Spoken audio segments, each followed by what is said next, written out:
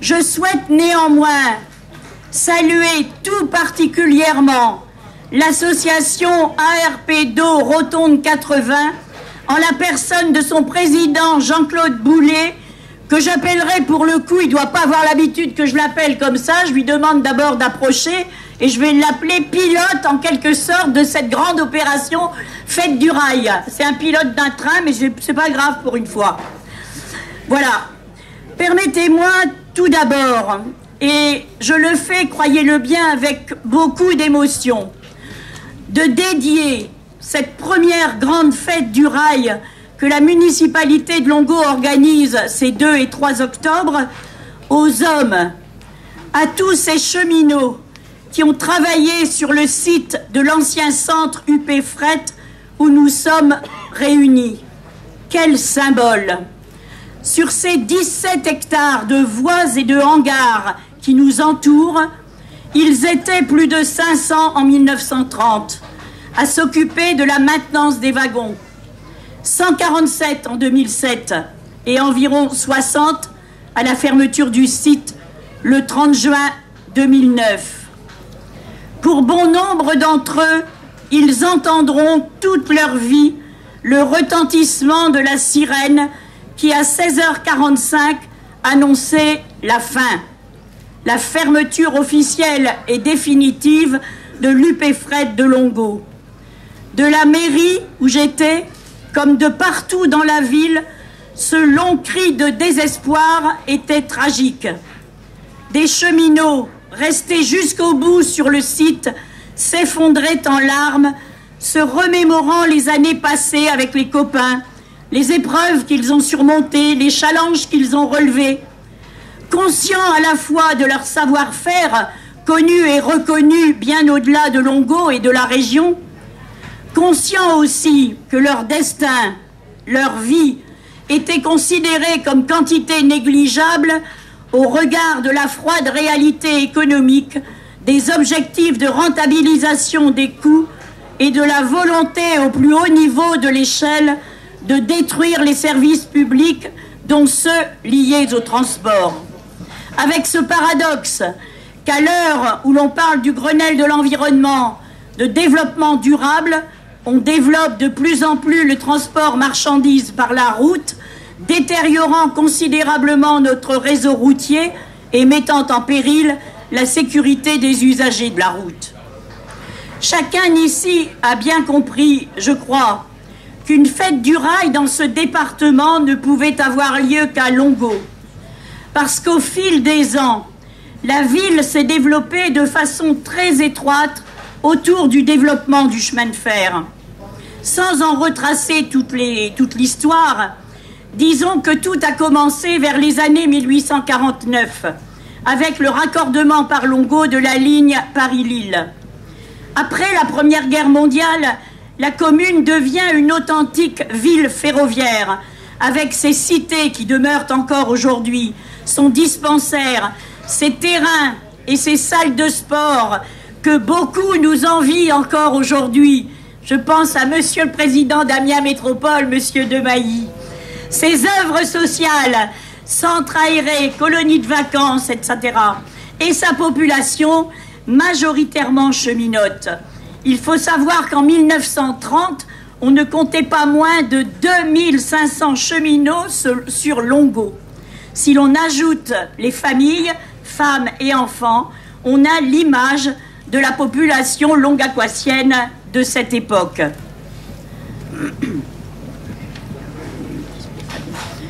Toute cette belle histoire ferroviaire a légué à la ville un patrimoine de qualité.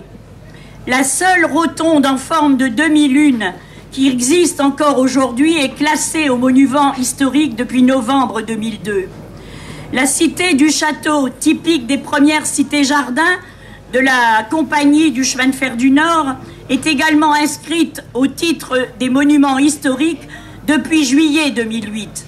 Elle devrait voir sa restructuration s'effectuer courant 2011 avec le bailleur social ICF ici présent. Mais au-delà du patrimoine lui-même, le point sur lequel je voudrais insister, c'est sur la qualité des liens humains très particuliers qui se sont développés au sein des familles cheminotes et entre elles. S'il le fallait, je pourrais témoigner puisque moi aussi je suis fille de cheminot. On peut dire que c'est le rail qui a uni les habitants et qui a permis une qualité de vie particulière, une cordialité et un sens de la solidarité plus aigu que partout ailleurs. La cohésion entre les habitants a toujours été forte parce qu'il y a une vraie famille des cheminots. Alors aujourd'hui, qu'en est-il? Après ce réel traumatisme pour les cheminots, pour la population qu'a constitué la fermeture de l'atelier fret, et pour lequel nous nous sommes battus, les élus aux côtés des cheminots et de leurs organisations syndicales, nous ne baissons pas les bras. En témoigne cette fête qui est l'occasion de garder vivante cette mémoire du rail, mais aussi d'y faire participer activement toute la population, sorte de prélude à un futur musée du rail. Mais fête du rail entièrement tournée bien sûr aussi vers l'avenir, vers le futur, par le développement du dépôt, par la réalisation de cet atelier TER qui doit voir le jour en 2012 sur le site de Longo et financé par les collectivités territoriales que sont le Conseil régional, le Conseil général et Amiens Métropole. C'est là un grand espoir puisqu'il doit gérer une 50aine d'emplois. Et puis, si le barreau Creil-Roissy est maintenu, le TGV pourrait lui aussi arriver dans notre capitale picarde. Après ces quelques mots, je ne puis que vous souhaiter à toutes et à tous la bienvenue sur cette fête et à vous inviter à parcourir sur ces 1800 mètres carrés d'exposition en salle, ces 2500 mètres carrés d'exposition et d'animation extérieure, et à suivre, si cela bien sûr vous intéresse, le programme sur scène des différentes animations. Le temps n'est pas vraiment avec nous, il paraît qu'il le sera encore plus demain, mais ma foi, ça se maintient.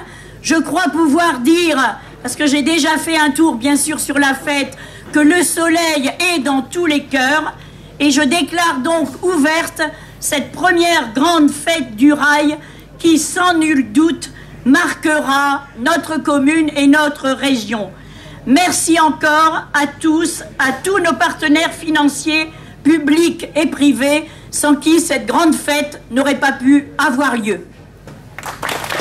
Bon, bien sûr, je ne vais pas faire un grand discours, hein, parce que tout est, en grande partie, a été dit par Colette Finet.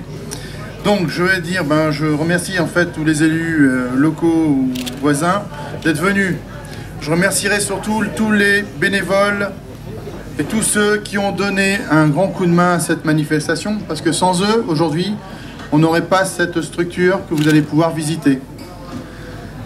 Et pour finir, j'ai une pensée aussi, qui est, je dirais, plus personnelle, mais qui concerne aussi toute l'association. Je dirais, c'est quand même grâce à eux aujourd'hui si on peut faire ce genre de manifestation. Je pense à Jacques Mercier, qui malheureusement nous a quittés il y a 2 ans, Gilles Erard, qui nous a quittés il y a quelques semaines, et tous nos anciens, tels que Jean-Marie Tiquet et Jean Imbert, qui est peut-être sur le site actuellement. Car sans eux, aujourd'hui, nous n'aurions pas cette collection que vous allez pouvoir découvrir dans ces 1800 mètres carrés en l'occurrence. Et je remercie aussi toutes les associations qui ont répondu présentes pour pouvoir faire cette première fête du rail. Voilà, je vous souhaite une bonne visite.